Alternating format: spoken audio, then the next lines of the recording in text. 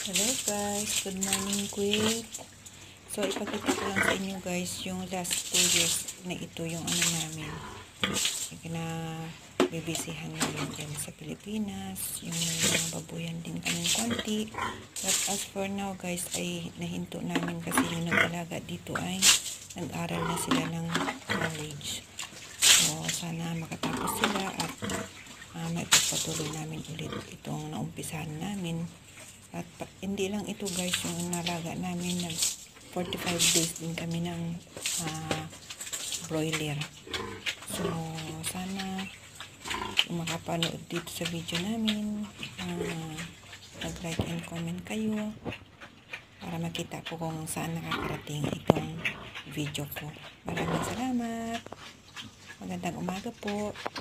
Nandito pala ako sa bansang Kuwait. At itong view na ito ay ito dun sa ano namin, sa maliit na farm. Yan yung view namin. Overlooking naman po siya. At sobrang lamig pag umaga or dapit hapon.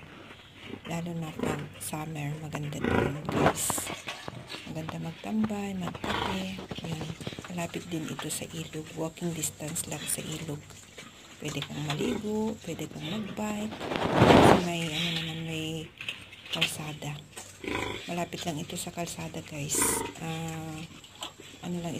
Ilang hakbang lang kalsada na, kaya hindi din siya mahirap puntahan ng mga buyer nung nagbenta kami ng mga alaga namin. Kasi, siya, maganda yung daan. Ayan, yung inahin namin na sobrang ganda ng mga anak niya dati. So, ito guys, nanganak siya ng 13 yung isang inahin, tapos 12 yung isang inahin guys. So, sa silang dalawa na inahin guys, nakabenta ako dyan ng 21 na biik. Nakabenta ako ng 80,000 pesos. So, kung may budget ka sa pagbababoy, maganda po ang baboy guys na pag-umpisa ng negosyo.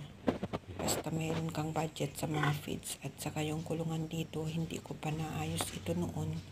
At hindi ko na rin siya naayos kasi ni-dispose namin lahat itong mga alaga namin. Kasi nag-aral na ng college yung nag-alaga dito. So, ang anak ko na isa guys na nag-umpisa sa negosyo na ito ay isa na siyang ganap na criminology. Graduate and board passer na po siya. At ngayon ay instructor siya sa isang university dyan sa Tuguegarao City. Shout out dyan sa Tuguegarao.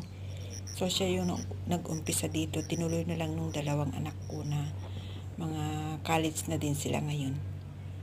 Ayan. So ang ganda ng view guys.